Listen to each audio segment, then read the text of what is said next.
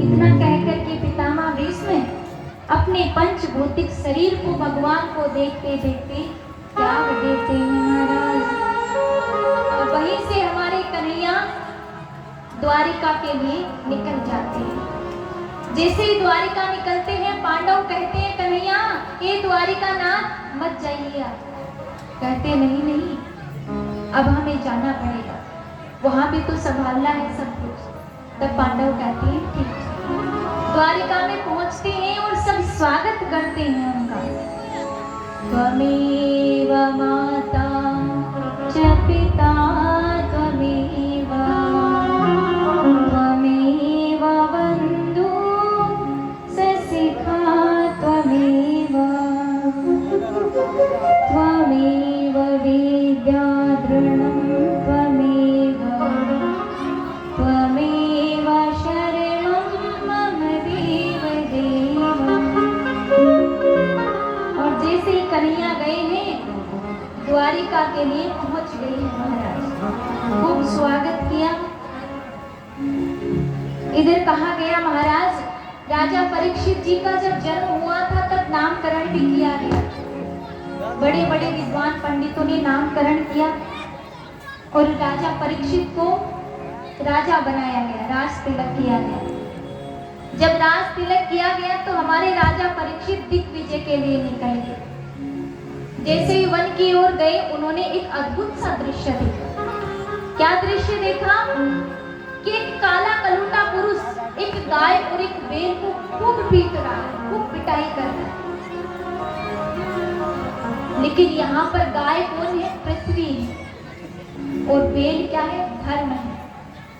कहा सतयुग में धर्म के 4 पैर थे, लेकिन आज कलयुग में केवल एक ही धर्म बच गया, वो है सत्य।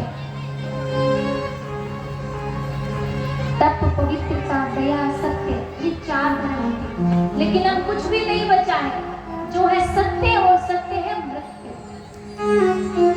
राजा परीक्षित ने देखा कि मेरे राज्य में इतना घनघोर पाप हो रहा है और ये है कौन पापी दुष्ट जो इन गाय और बैल को पीट रहा है।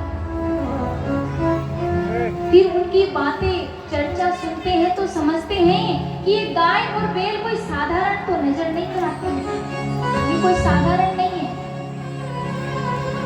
मुझे तो लगता है ये गाय पृथ्वी माता है और बैल धर्म है। जैसे ही क्रोध में आए तलवार निकालते हैं और उस काले कलूटे पुरुष को मारने ही लगते हैं। मारते मारते वह पुरुष परीक्षित जी महाराज के चरणों में गिर जाता है। प्रभु हमें मत मारिए, हे राजन हमें मत मारिए, आप तो यहाँ के राजा हैं। राजा परीक्षित ने कहा तुम कौन हो और क्यों इतना अत्याचार कर रहे हो? तब कहा मेरा नाम कलयुग है।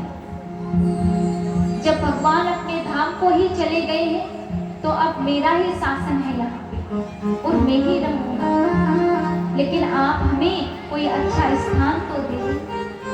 परीक्षित ने कहा कि तू इतना बड़ा पापी है और तू कहता है तुझे यहाँ स्थान दूं? मैं नहीं देता।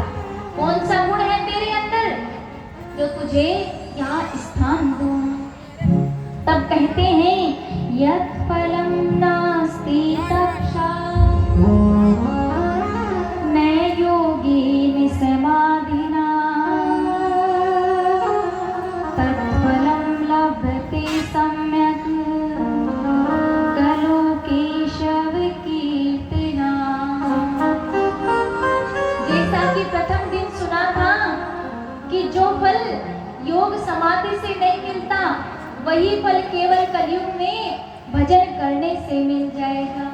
राजा परीक्षित जी बड़े प्रसन्न हो गए। ठीक है, इसीलिए प्रसन्न होकर के मैं तुम्हें 4 स्थान देता हूँ। द्यूतम